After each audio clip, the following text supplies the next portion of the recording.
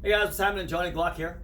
If I look a little tired, it's because I've been here in the shop since about 3 a.m.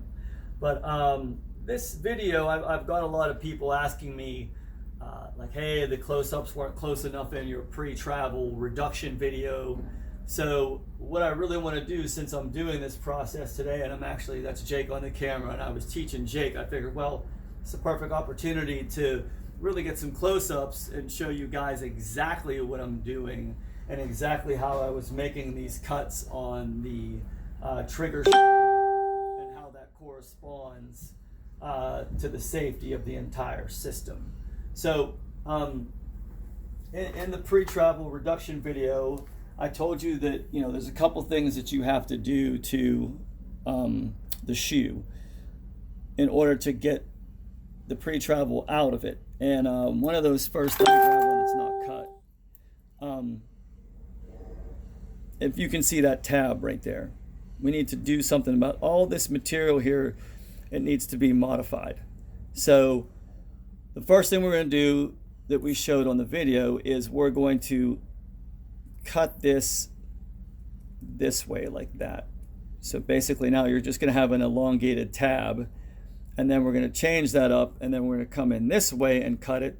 So basically we're removing pre-travel, but we're keeping enough material in the trigger safety tab to purchase the frame, which intimately corresponds to, and if you have to see this video, or intimately corresponds to the drop shelf.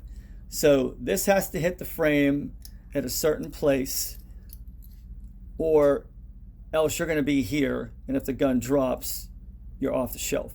So if you cut too much off, you're going to be even teetering here. I'm going to show you where to put it so you're about right there. So no matter, come hell or high water, you drop this gun, it's going to pass. I mean, it's not going to be unsafe. So it'll have all the safety checks will be in place. So since I have this one in my hand, I'll show you how to do it on this. So as you can see, like I said, the first thing we have to do is cut this tab off. And the way we're going to do this, and you guys have seen a lot of my videos, I use magnets to stabilize things. They're easy for me to hold. So basically, and we're working here to get you guys the best shots as we can. Jake, we got this laid over here.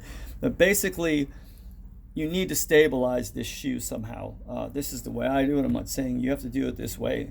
And then what you have to do is you have to use a thicker, bigger utility knife with an X-Acto blade to come in here and slice down on the material of the trigger safety tab. So you see what we're doing. Now I'm going to have Jake back up so I can show you the process of how I do it, because I do a lot of these in the road, and it makes sense. So you can see I'm standing on a footstool here so I can have a higher position. And then when I do go into this, like you saw a close-up, all I'm doing from this position is I don't have to use my arm strength per se. It's almost like a stiff arm. So basically I'm just leaning in to make the cut. Now close up there for a second, Jake, so they can see how it came off super clean. You just have a straight line. So as I'm doing this over and over and over again, and I start to get into that rhythm, it's just one cut. Yeah, let's see if these ones are done. All right, I got a bunch of these hanging around. One after another.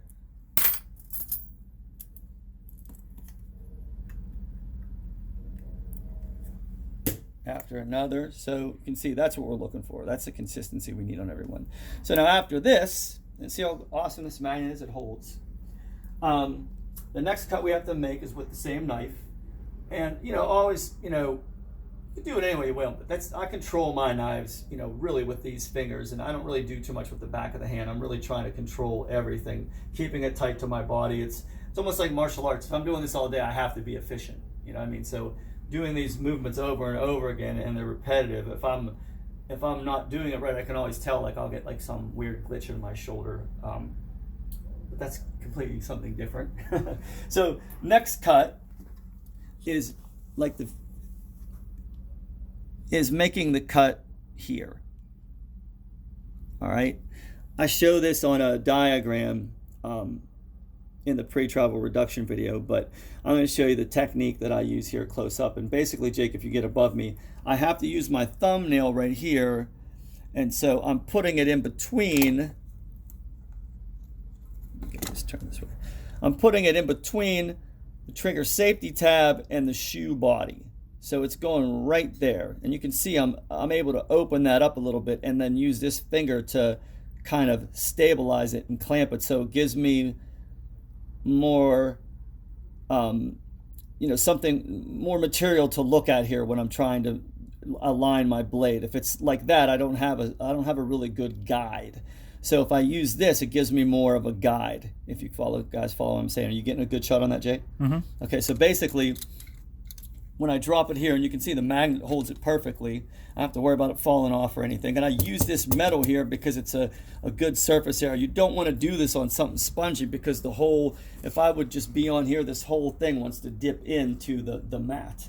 So be on something stable. So as I do this, you can get above that for a second, Jake, so they can see how that actually really gives me almost the entire. You got good lighting there? Yeah. Shadows, yes, no? Yeah. Okay. So.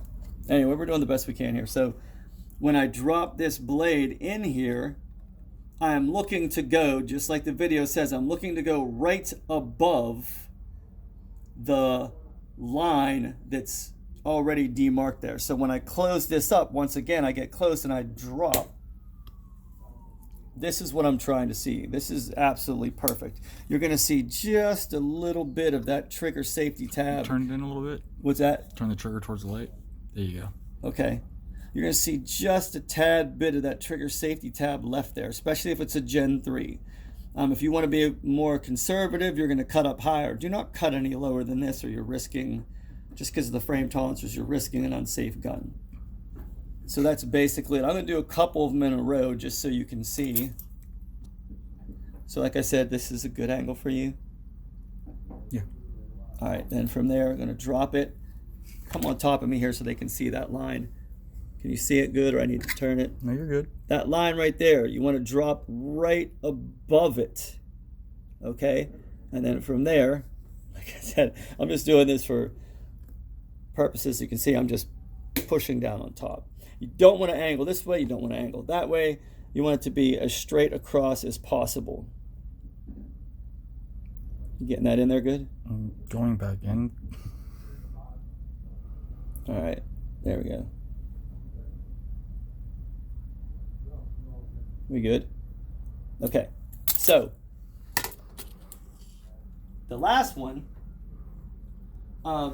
is, no. People say, "Oh, I never felt it," or a lot of people don't like this, how it comes out and cuts kind of like a callus or a groove in your finger after 100 rounds. Some people say they don't feel it. Some people are too tough, But nonetheless, I've had enough people say it's annoying, so I just get rid of it. But if I squeeze this down, and let me know, Jake, if you got a good angle there, I'll keep turning it. I'm good. See, it's just a sliver that you really have to take off of that. So instead of and you see me putting pressure on the back of this because it gives me a more consistent cut and doesn't let me overtake material off, because if I take too much material off, then you feel a divot. Then you're actually feeling the opposite. You're feeling kind of a valley there.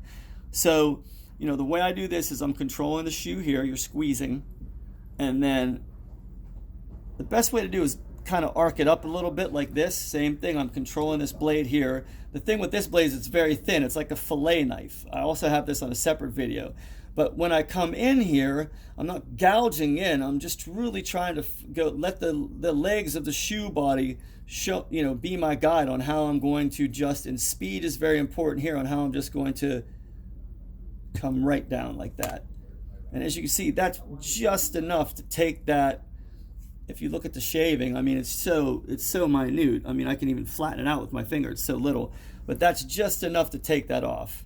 And sometimes if you're high this way or you're low this way, that's when you come in with a Dremel and you kind of got to, do that. But the key for me is to, in one fell swoop, make that work.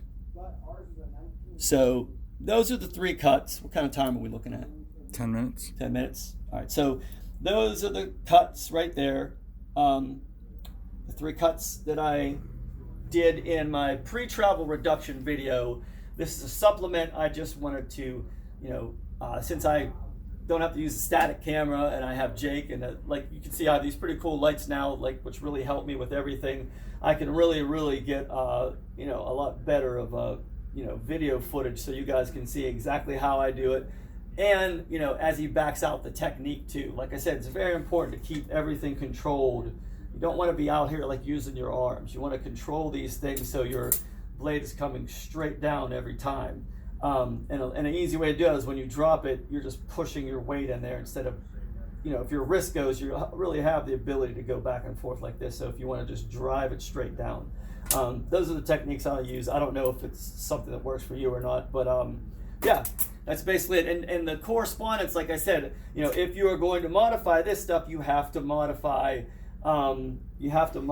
this tab, right? I mean, this vertical extension. Here's one that's unmodified. So this part right here tends to want to encroach on the safety plunger because you are moving this back into pre-travel. So if you're taking pre-travel back out, you're actually moving the bar in a rearward position.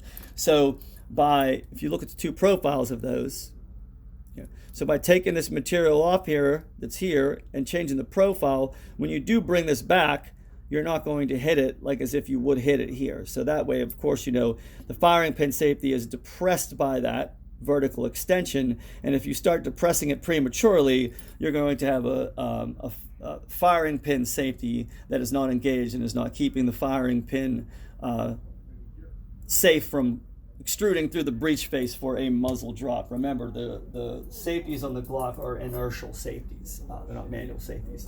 So I hope this explains some things a little bit better and put some perspective on that pre-travel video. I've been wanting to do this for a minute since have this out on the table. Like I said, I always like to do things relevant to what I'm doing. That way I keep it real, if you know what I'm saying. So I have videos coming out on the Evolution X. I have a very, very, very, very exciting announcement that I'm not going to do until next week, but we're going to be dropping super, super big thing on you. That'll be next week, where I'm actually going over the Evolution X's and some things I changed and why I did it and processes and all that stuff. It'll be some good videos, just like this video. Awesome videos. Anyway, so www.johnnyglocks.com is the website. And remember, it's Glocks with an S. If you're watching this on a YouTube channel, I throw this on stuff on Instagram sometimes too, but I think this is a little bit too long now for Instagram. So you're on YouTube, and if you're on YouTube, subscribe, share, tell people all about it. I'm trying to build the channel up because I'm in the 2A community, and I really want to see these kind of things get around and everyone be safe. So yeah, that's about it. It's Friday here. I don't know if you're watching this on a Friday, but you guys have a great weekend and stay safe.